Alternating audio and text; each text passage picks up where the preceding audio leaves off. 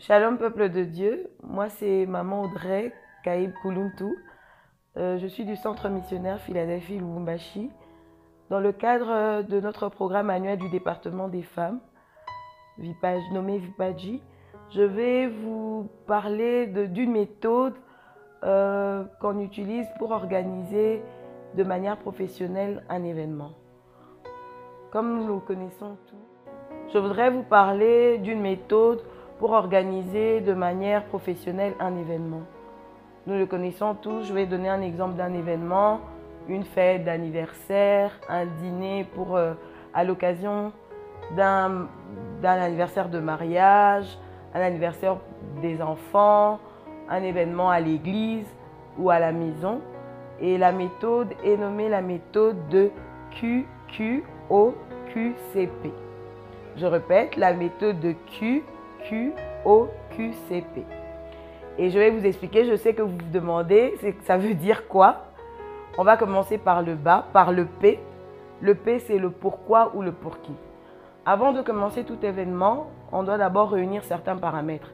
Et c'est ces paramètres-là qui nous permettent d'avoir pour mieux organiser un événement. Le P, on commence par le P du bas. Le P, c'est pour qui ou pourquoi. Pour qui vous organisez cet événement, pour qui? Je prends un exemple, vous organisez l'anniversaire des enfants à la maison. Donc pour qui vous écrivez, si vous avez votre carnet ou votre agenda, vous écrivez pour les enfants. Et pour répondre bien à cette question, il faudrait savoir ce que vos enfants aiment.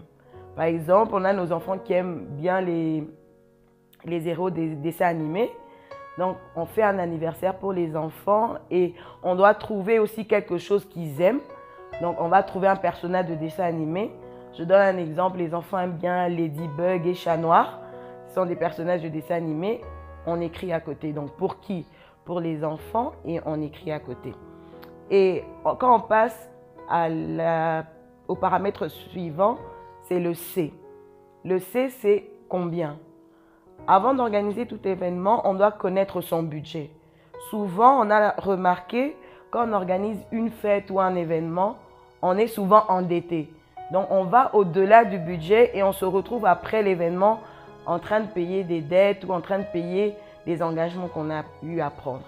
Mais c'est une question auquel il faut répondre bien avant.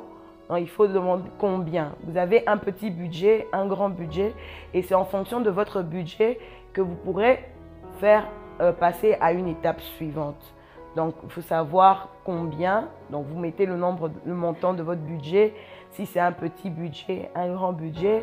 Si c'est un budget que vous allez supporter vous-même ou un budget qui sera une contribution de peut-être d'autres personnes pourront contribuer par rapport à ce budget.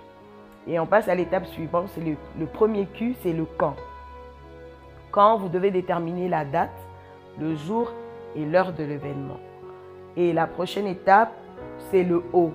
Le O veut juste dire le où. Il faudrait au préalable savoir où vous allez organiser votre événement. C'est dans une salle de fête. Ça sera à la maison. À la maison, il faut bien déterminer. Ça sera à l'intérieur de la maison, à l'extérieur de la maison. Donc, il faudrait avoir tous ces paramètres, répondre à toutes ces questions pour avancer et évoluer dans l'organisation de votre événement.